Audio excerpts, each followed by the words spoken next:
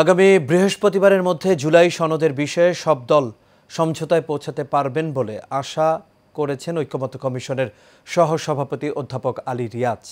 রাজধানীর foreign service একাডেমিতে রাজনৈতিক দলগুলোর সঙ্গে দ্বিতীয় ধাপের সংলাপের ২১তম দিনের সূচনা বক্তব্যে তিনি এসব কথা বলেন।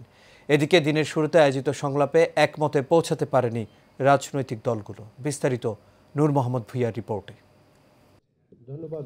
তত্ত্বাবধায়ক সরকার, সংসদের নারী প্রতিনিধিত্ব এবং ন্যায়পাল নিয়োগের বিধান সম্পর্কিত নিয়ে ফরেন সার্ভিস একাডেমিতে দ্বিতীয় ধাপে ২১তম দিনে রাজনৈতিক দলগুলোকে নিয়ে সংলাপে বসে ঐক্যমত্য কমিশন। প্রস্তাব আপনাদের সামনে হাজির করতে চাচ্ছি। তবে দীর্ঘ বৈঠক শেষেও তত্ত্বাবধায়ক ইস্যুতে একমত হতে পারেনি রাজনৈতিক দলগুলো।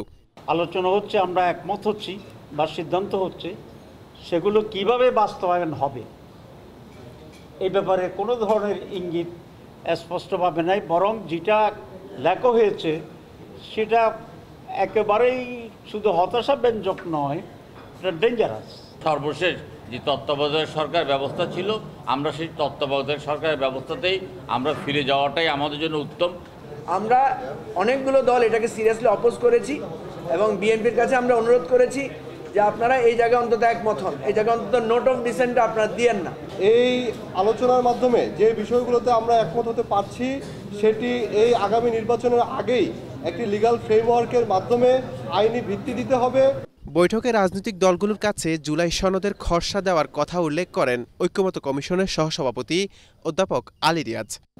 যে সমস্ত বিষয়ে ঐক্যমত্য প্রতিষ্ঠা হয়েছে সেগুলো সুস্পষ্ট করতে হবে এবং সনদে অন্তর্ভুক্ত করতে হবে। ইতিমধ্যেই যেহেতু প্রাথমিক খসড়াটা দেওয়া হয়েছে, সেগুলোর আমরা মন্তব্যের জন্য অপেক্ষা করছি আগামীকাল দুপুর পর্যন্ত, এবং আশা করছি বিভিন্ন মন্তব্যকে আমরা সংশ্লিষ্ট করে ওই অংশের বাইরেও প্রাথমিক পর্যায়ে যে সমস্ত ঐক্যমত্য হয়েছে সেগুলো আমরা আশা করছি আগামী ৩১ জুলাইয়ের মধ্যে জাতীয় সনদের বিষয়ে সব দল এক জায়গায় পৌঁছাতে পারবে বলে আশা ব্যক্ত করেন অধ্যাপক আলী রিয়াজ। এই পর্যায়ে যেগুলো হয়েছে সেগুলো সমন্বিত করে পরশু দিনের মধ্যে আমরা একটা সনদের জায়গায় পৌঁছাবো। নূর মোহাম্মদ ভুঁইয়া, এশিয়ান টেলিভিশন, ঢাকা।